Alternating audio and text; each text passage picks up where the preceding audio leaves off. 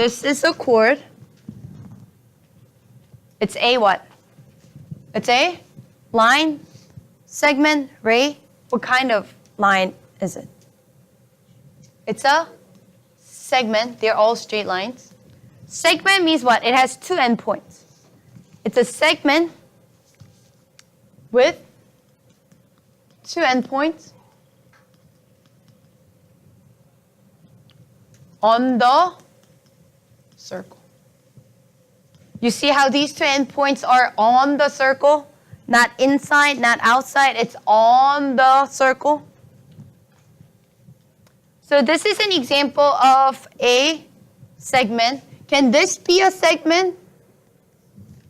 No, it's not all. The endpoints are not on the circle. What about this? What about that? Yes, and what is that called? So example will be a diameter. And for diameter, that's going to be the longest chord that you can have from the circle. Do you see it? You see how this is shorter? You see these are all chords, but it gets smaller. The diameter is the longest chord. What about secant? What kind of line is that? It's a just line. Line means what? There's no endpoint. It extends both directions. It's a line that goes through.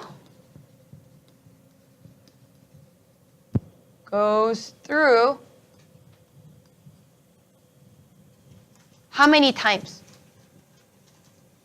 The circle, how many times? Twice. 2 times. All the time. Look at this. Is this a secant? It only goes through what? Once. That has a special name. If it goes through twice, that's a secant. Can it go over 3 times? Go through? Never, right? Unless it's a line like this, right? It will never go through more than twice. So that's a secant. Yeah? What about tangent? Tangent is, again, a line that goes through a circle how many times? 1 time. So it's a line that goes through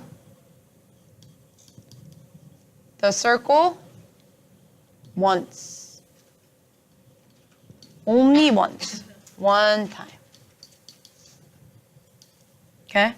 And the important thing about this tangent is when you connect, we call this point where there's only 1 point that goes through the circle. We call this point at this of what? Tangency. And when you connect the point of tangency to the radius, this is always 90. That you have to remember. When you connect the point of tangency to the center, it becomes a radius, as you can see. That is perpendicular to the tangent. You see how these are both 90? Okay, so that point is called point of tangency. What about intercepted arc? So we can name it. This is A, point A and B. Then we call this arc what? We call this arc AB. So it's a part of what? The circle, or we can call this circumference.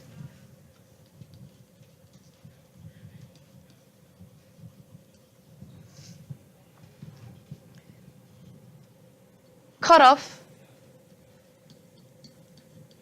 for this one by what? A and B. Or you can say it's intercepted by this angle. You see, this angle cuts this part off. So you can be also cut off by angle if you call this center O, angle AOB.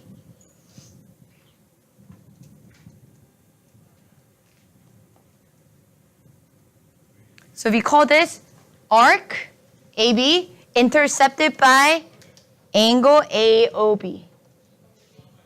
Okay? What about central angle? Central angle is an angle that's formed by the center. So that means what? The vertex is the center. You see how this is the center? Its vertex is at center. It's an angle with vertex at the center.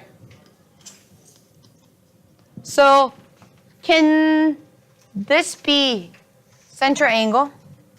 No, it's not at the center.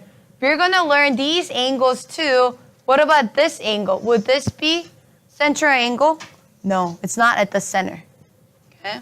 So those have a different name. So for now, we're doing this one is about central angle. And this angle, if your intercepted arc was, let's say 100 degrees, then this is the same 100. So this equals to intercepted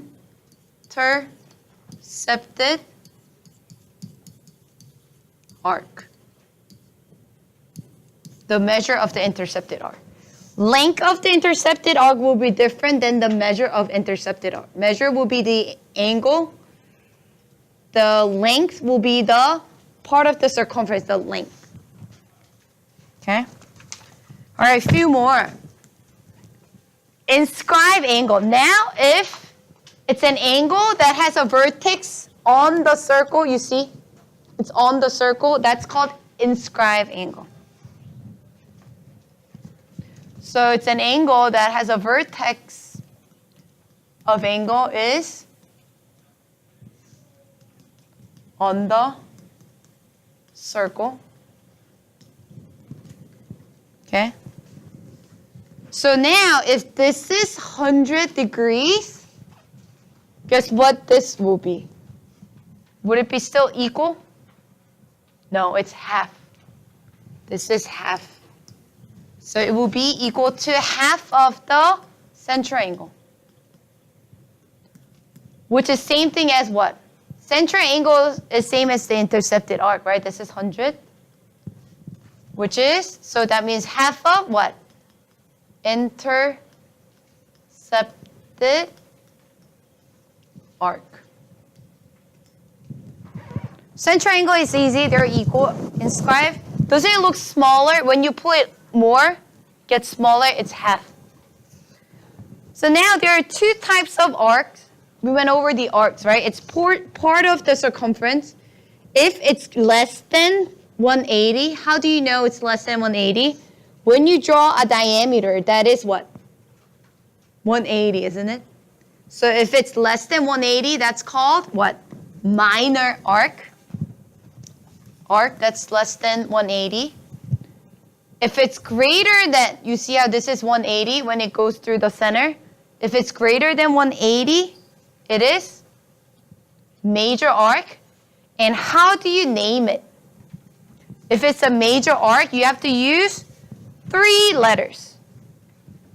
If you just say, this will be what? Arc AB. If you have 2 letters under the arc, it's always minor. It's going to go in a shorter way, you see? Instead of going this way, this is a shortcut. That's with 2 letters, minor arc. If it has 3 letters, that means it has to go through that middle point. So A, this one will be called A what? D, A, D, B. So you can't, even it's arc AB, you cannot just go this way. You have to go through D.